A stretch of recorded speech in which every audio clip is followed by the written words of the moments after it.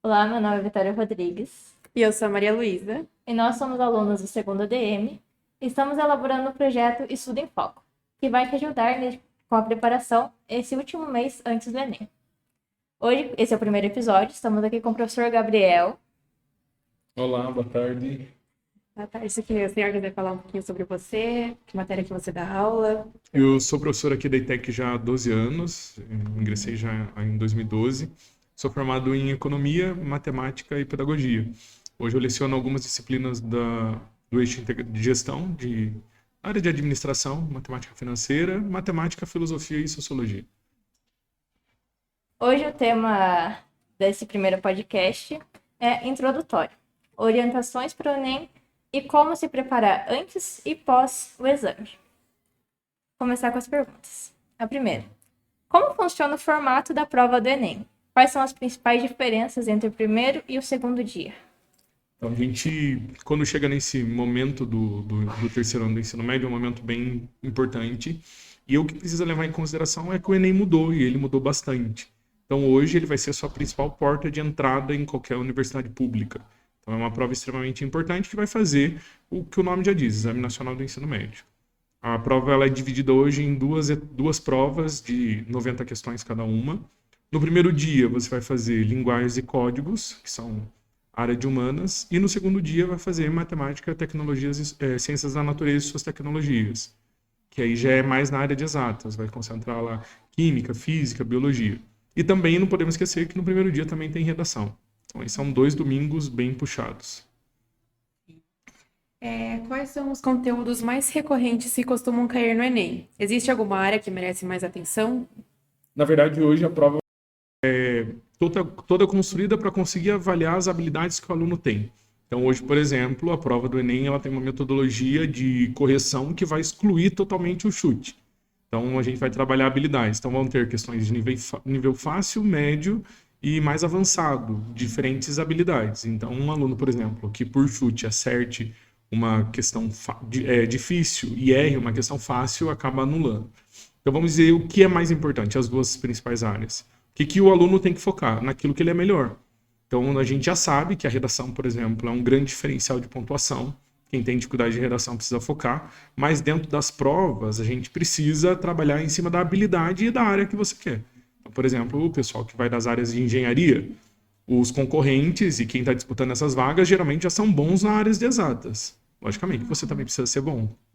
Onde que vai estar o seu diferencial? Na área de humanas, que eles não são tão bons e acaba ali errando um maior número de questões. Então, quem quer engenharia, você já é bom em exatas, o que você precisa? Focar um pouquinho mais de humanas, que vai ser o diferencial para você conseguir uma boa pontuação. Depois de receber a nota do Enem, como o aluno pode se inscrever no SISU, ProUni ou FIES? Quais são os prazos e requisitos importantes a se considerar? Então, acho que nessa primeira parte, quando a gente fala dos programas pós-Enem, a gente precisa levar em consideração o que é o ProUni. O ProUni vai ser o programa que vai te dar a porta de entrada nas universidades públicas. Então, todas as universidades que têm vaga vão colocar no ProUni. Já o SISU, ele vai te dar bolsas de estudo nas universidades privadas. Então, vai bolsa de 100%, 50%, dependendo da faculdade. Já o ProUni, o FIES, vai ser o financiamento estudantil. Então, depende muito da questão financeira do candidato que eu quero. Primeiro, eu vou focar nas universidades públicas. Vou tentar ProUni, que é o primeiro passo. ProUni. Vou lá no SISU, conseguir depois que passar o ProUni, eu vou no SISU tentar uma vaga, ver se eu consigo ganhar alguma bolsa dessas particulares. E o último tem que ser o FIES, que daí vai ser um financiamento que após a faculdade você vai ter que pagar. Realmente tem que ser uma coisa bem pensada antes, né? Exato. Porque Porque as pessoas, num primeiro momento, você vê como uma grande facilidade. Mas quando você termina a faculdade, você tem aquela dívida. É uma solução? É uma saída. Falar, eu não quero estudar mais um ano, gostaria de começar a estudar agora.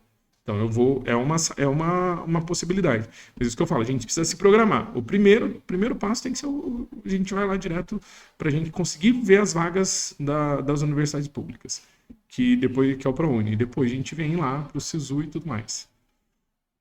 Bom, Quais são as diferenças entre o SISU, ProUni e FIES? E como os alunos podem decidir qual é a melhor opção para suas necessidades? Eu acho que já foi bem A gente explicado. acabou discutindo isso um pouquinho.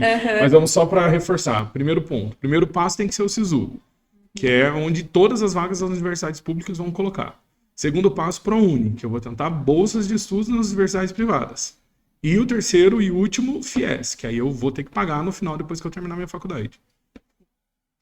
Existe alguma dica para os estudantes que estão participando do Enem pela primeira vez e não sabem como lidar com o nervosismo durante o exame? O nervosismo acho que é o principal problema hoje que vai acabar te atrapalhando demais.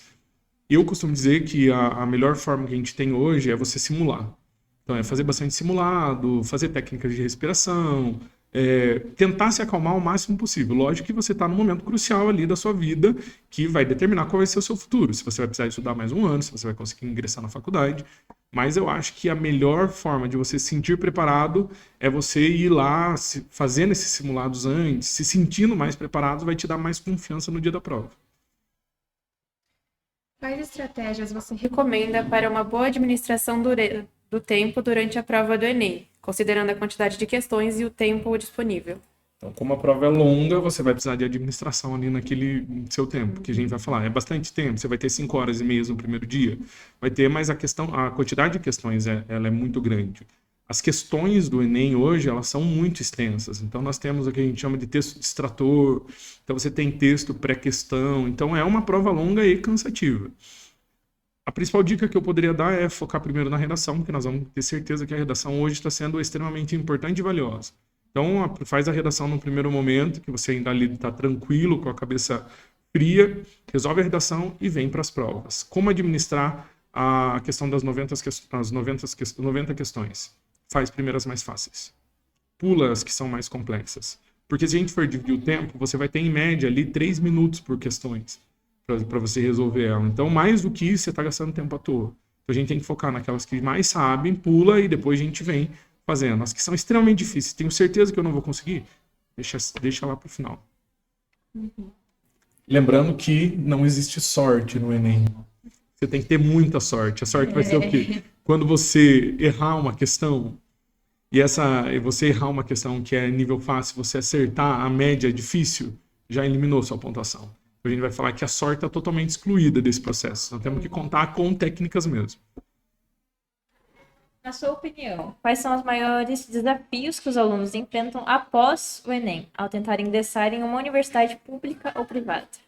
Eu percebo, assim, que os alunos terminam o Enem meio que sem saber o que vai fazer depois. Porque nós temos ainda um período. Acaba o Enem, ainda tem a questão dos últimos meses, das últimas aulas. E quando que nós vamos ter esses resultados? Lá em janeiro. Né? Então, ali chega finalzinho de dezembro, você tem ali a correção das provas, os gabaritos que não são oficiais e tudo mais, mas quando que vai começar o processo? É janeiro. Né? Então, janeiro que você tem abertura de SISU, abertura de ProUni, abertura de FIES, então eu acho que esse processo de ansiedade. A dica que eu posso dar é que nesse período você programar. Você começa a pensar em qual universidade que você quer fazer, como que você vai direcionar a sua nota, porque eu falo que o planejamento nesse processo é muito importante. Tive um aluno, por exemplo, que passou em medicina em Pernambuco. Como que ele descobriu que Pernambuco seria possível ele conseguir a nota que ele tinha? Nesse período ele ficou pesquisando. Então, ele viu a nota que ele tirou, parcial, e ficou olhando nas universidades nos últimos meses. Aí qual foi a nota? Quanto que entrou? Aí foi lá e conseguiu ver que em Pernambuco seria uma nota razoável para ele conseguir tentar. E dentro desse processo do SISU, você ainda pode ir mudando. Então, você tem 3 dias de possibilidade de trocar os cursos. Então, você tem uma nota mínima que você tem e você ainda pode trocar. Por isso que eu falo, quem conseguir se planejar um pouquinho melhor vai conseguir direcionar melhor e conseguir ali nesses 3 dias, que é pouco dia, imaginar mais ou menos para qual norte que você vai correr. Aí sim, vai depender bastante de sorte. Como os estudantes podem aproveitar melhor o período entre a prova do Enem e a divulgação dos resultados para planejar seu futuro acadêmico? Olha, nós estamos adiantando as perguntas. Tá vendo? E eu acho que é esse planejamento que tem que fazer. Saber quais cursos eu quero, se eu tenho mais de uma opção de curso, e saber quais universidades são interessantes para mim. Aí sim eu consigo direcionar mais ou menos os meus esforços em cima disso e conhecendo. Aí a hora que todo mundo lançar o primeiro dia lá no SISU, eu já sei quantas pessoas colocaram, qual é a quantidade de nota, qual é a minha colocação. Se você deixar para fazer isso só no dia que abrir o SISU, você vai perder muito tempo. Você vai ter que ficar procurando qual universidade, que lugar, onde tem um curso que eu queira que seria possível. E daí também tem que pensar nas possibilidades, né? Não é só eu colocar em Pernambuco e falar como que eu vou morar em Pernambuco. Então tem N questões que eu acho que é extremamente importante de planejamento que precisa nessa etapa. Porque não é só ir lá e estudar, né? Porque vai ter a moradia, Exatamente. alimentação. Tem mais outras questões aí que estão envolvidas que são extremamente cruciais. Sim. Acho que a aprovação vai ser só o primeiro problema resolvido. De muito. Bom, daí para finalizar, nós temos algumas perguntas dos nossos seguidores do Instagram, né? Que querem saber um pouco para sanar algumas dúvidas deles. A primeira pergunta. Se der tudo errado, o que eu faço? Eu digo que se der tudo errado, como vocês são muito novos, há a possibilidade de recomeçar. É lá, planejar e recomeçar de novo. Daí eu falo assim, você vai ter mais um ano, que você pode fazer cursinho. Eu falo que não é só o cursinho pago que você tem hoje as ferramentas de internet que te dão N possibilidades. Então é estudar e recomeçar. Em quais sites a gente pode reunir informações sobre o Enem? Então, o principal que eu falo é olhar o site do INEP, que é o principal do Enem, que é onde vai sair as principais informações. Mas a gente tem algumas universidades, por exemplo, a Unicamp oferece uma revista do aluno. Então tem muita informação que sai lá, dicas, a USP também tem uma revista do aluno. Então é importante dessas universidades a gente estar olhando ali também o que eles estão direcionando. Eles fazem aulão aberto, eles fazem tira dúvida. Então é importante a gente acompanhar. O que é a TRI? Como funciona? A TRI é essa que nós falamos um pouquinho, que a correção da prova que vai eliminar toda a possibilidade de chute. Então, todas as questões do Enem, elas são colocadas em cima do que a gente chama das habilidades e competências da BNCC. Então, lá tem habilidades que são mais aprofundadas e tem algumas que são mais rasas. A gente vai dizer as questões de nível fácil, médio e difícil. A TRI elimina o seu chute. Se você acertar uma questão de nível difícil e acertar uma questão de nível... acertar uma difícil e errar uma fácil, vai eliminar, não vai ter pontuação. Como conseguir aguentar 5 horas sentada, lendo e interpretando sem parar? É esforço mental total, eu falo aqui agora. Por isso que eu acho extremamente importante simulados. Os simulados ali, eles te ajudam a se preparar para o dia da prova. Eu acho que a concentração vai ser o principal. Eu falo para vocês, 5 horas e meia fazendo uma prova é extremamente difícil. Você acredita assim que seja realmente necessário levar alguma coisinha, um alimento ali para se distrair? Às vezes pode ajudar na concentração da pessoa? No meu caso, eu levava no máximo uma barra de cereal, assim, e água, né? Mas eu fico extremamente estranho para mim aquele povo que no dia da prova leva quase que uma marmita de lanche, tá entendendo? Leva salgadinho, leva refrigerante, fala, a pessoa vem fazer um lanche aqui, assim, que tem tanta coisa, eu acho que mais desconcentra.